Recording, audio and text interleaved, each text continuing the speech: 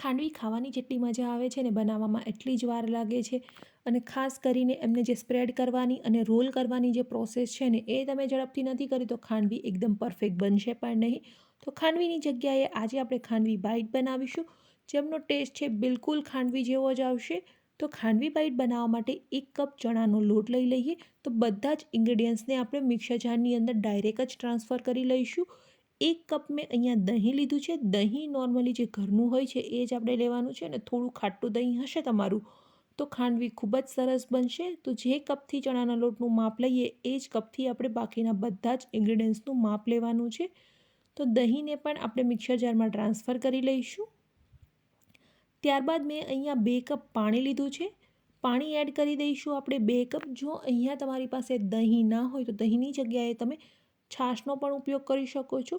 તો ત્યારે તમારે છાશ એ 3 કપ લેવાની છે અને એમની જગ્યાએ પાણીનો બિલકુલ ઉપયોગ નથી કરવાનો. તો છાશ પણ તમારે ખાટી હોય એવી જ લેવાની છે. સેમ કપથી આપણે પાણીનું પણ માપ લઈ અને પાણીને આપણે ડાયરેક્ટ જ મિક્સર જારમાં એડ કરી દેવાનું છે. મિક્સર જારની અંદર આપણું બેટર બનાવવાથી બેટર ફટાફટ બની જશે અને સાથે સાથે એમની અંદર બિલકુલ લમ્સ નહીં રહે. હવે સાથે એમાં એડ કરી દઈશું આદુનો 1 ટુકડો, 2 લીલી મરચી, 1 ચમચી ખાંડ, મીઠું સ્વાદ અનુસાર, 1/4 ટીસ્પૂન જેટલી હિંગ અને અડધી નાની ચમચી જેટલો હળદર પાવડર. હવે આ બધી વસ્તુને મિક્સર જારની અંદર એકદમ સરસ રીતે આપણે બ્લેન્ડ કરી લઈશું. તો નોર્મલી આપણે જ્યારે કોઈ બેટર બનાવીએ ત્યારે વિસ્કરની મદદથી આપણે એને મિક્સ કરીએ છીએ તો એમની અંદર લમ્સ પણ રહી જાય છે અને સાથે સાથે અહીંયા તમારે છે આદુ મરચીને પણ અલગથી ક્રશ કરવાની બિલકુલ જરૂર નથી. બેટર આપણું બનીને તૈયાર થઈ ગયું છે. હવે જે વાસણની અંદર આપણે ખાંડવીને કૂક કરવાની છે એ જ વાસણમાં મેં આ રીતની એક જાળી લઈ લીધી છે અને એમાં આપણે બેટરને ટ્રાન્સફર કરી લઈશું. તો એક વખત આ રીતે આપણે એને ચાળી લેવાનું છે. તો જોઈ શકો છો આપણે જે લીલી મરચી એડ કરી હતી ને એ પણ આમાં એકદમ બહાર આવી ગઈ છે અને આપણું બેટર એકદમ સ્મૂથ થઈ ગયું છે. જ્યારે પણ ખાંડવી બનાવીએ ત્યારે આપણું બેટર આ રીતનું એકદમ પરફેક્ટ સ્મૂથ હશે તો જ ખાંડવી સરસ બનશે. નહીંતર જ્યારે તમે એને સ્પ્રેડ કરશો ત્યારે એકદમ સરસ રીતે સ્પ્રેડ નહીં થાય. હવે એમને કૂક કરી લઈશું. કૂક થવા માટે લગભગ 10થી 15 મિનિટનો ટાઈમ લાગશે. પરંતુ એ પહેલાં જે આપણે પ્રોસેસ કરવાની છે એ કે જે વાસણમાં પણ તમારે ખાંડવી બાઈટને સેટ કરવાના છે એમને ઓઇલથી ગ્રીસ કરી લેવાનું છે. કારણ કે એક વખત આપણું બેટર કૂક થઈ જશે ત્યારબાદની જે પણ પ્રોસેસ છે આપણે ફટાફટ કરવાની છે.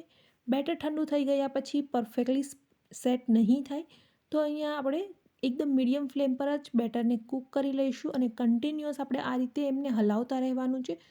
જો તમે એમને નહીં હલાવો અને હાઈ ફ્લેમ પર કૂક કરશો તો બેટરની અંદર ગઠ્ઠા પડી જશે અને તમારી ખાંડવી પરફેક્ટ નહીં બને. તો મેં અહીંયા આ રીતે કન્ટિન્યુઅસ 10થી 15 મિનિટ મિક્સ કરતી રહી અને આપણું જે બેટર છે એ ધીમે ધીમે ઘટ થઈ ગયું છે. એક વખત આપણે ચેક કરી લઈશું તો એ માટે મેં ડીશ પર આપણા બેટરને થોડું સ્પ્રેડ કરી લીધું છે. ઠંડુ થાય એટલે એક વખત રોલ વાળી લઈશું તો એકદમ ઇઝીલી રોલ વળી જાય છે. મતલબ કે આપણું બેટર કૂક થઈ ગયું છે. હવે ગેસની ફ્લેમને બંધ કરી દેવાની છે. વધારે પડતું કૂક નથી કરવાનું. તો ખાંડવી બનાવવા માટે ખાસ ધ્યાન રાખવાનું છે બેટર વધારે પડતું કૂક થઈ જશે અથવા તો ઓછું કૂક થશે તો ખાંડવી પરફેક્ટ બનશે નહીં. અહીંયા મેં ગેસની ફ્લેમને બંધ કરી દીધી છે અને ટ્રાન્સફર કરી લઈશું જે પ્લેટને આપણે પહેલેથી ગ્રીસ કરીને રાખેલી હતી. જો અહીંયા તમે ખાંડવી બનાવવા માંગતા હોય ને તો પણ તમે જે વસ્તુ પર બનાવવા માંગો છો પ્લેટફોર્મ પર બનાવવા માંગો છો અથવા તો કોઈ ટ્રે પર તો એમને પણ તમારે પહેલેથી ગ્રીસ કરી અને બધી જ વસ્તુ તૈયાર રાખવાની છે અને ફટાફટ આ પ્રોસેસ કરવાની છે. તો એ વખતે તમારી જે ખાંડવીનું લેયર છે એ તમારે એકદમ પતલું કરવાનું છે. તો અહીંયા આપણી ખાંડવી છે એ સેટ થઈ ગઈ છે. 10 મિનિટ માટે એમને આપણે એમ જ રાખી મૂકશું. થોડી ઠંડી થાય ત્યારબાદ એમાં કટ લગાવવાના છે. તો 10 મિનિટ પછી આપણું ખાંડવી બાઈટ છે એ ઠંડી થઈ ગઈ છે. હવે એમાં મેં કટ લગાવી દીધા છે. તો આ રીતના નાના સ્ક્વેર કટ લગાવ્યા છે. ખાવામાં એકદમ સરસ ટેસ્ટી બની છે. જે ખાંડવી હોય છે બિલકુલ એના જેવો ટેસ્ટ છે. એકદમ સોફ્ટ બની છે. હવે આપણે એમનો એક તડકો લગાવી લઈશું. તો તડકો લગાવવા માટે આપણે એક પેનની અંદર 1 થી 1.5 ચમચી જેટલું તેલ લઈ લેવાનું છે. તેલ ગરમ થાય એટલે 1 ચમચી રાઈ અને 1 ચમચી તલ એડ કરી દેવાના છે. તલથી ખૂબ જ સરસ ટેસ્ટ આવશે. ત્યારબાદ આપણે સાથે સાથે 1 ચમચી જેટલી ખાંડ પણ એડ કરવાની છે. ખાંડ ઓલરેડી આપણે બેટર બનાવતી વખતે પણ એડ કરી છે. તો અહીંયા પણ થોડી ખાંડ એડ કરી દઈશું અને 2 થી 3 ચમચી જેટલું પાણી એડ કરી દેવાનું છે. પાણીને આપણે એક વખત બોઇલ કરી લઈશું. જો પાણીને તમે પરફેક્ટ બોઇલ નહીં કરો તો આપણી જે ખાંડવીનો વઘાર છે એમની અંદર પાણીનો કાચો ટેસ્ટ આવશે. તો અહીંયા આ રીતે બોઇલ થઈ જાય ત્યાં સુધી પાણીને બોઇલ કરી લઈશું અને ત્યારબાદ આપણે ખાંડવીને એડ કરી દઈએ. ખાંડવી એડ કરી અને મિક્સ કરી દઈશું. ગેસની ફ્લેમ બંધ કરી અને ફ્રેશ કોરિએન્ડર એડ કરી દઈએ તો આપણી ખાંડવી બાઈટ બનીને બિલકુલ તૈયાર થઈ ગઈ છે. અહીંયા તમે કોકોનટનું છીણ પણ એડ કરી શકો છો, એમનાથી ખૂબ જ સરસ ટેસ્ટ આવશે આપણી ખાંડવી બાઈટનો.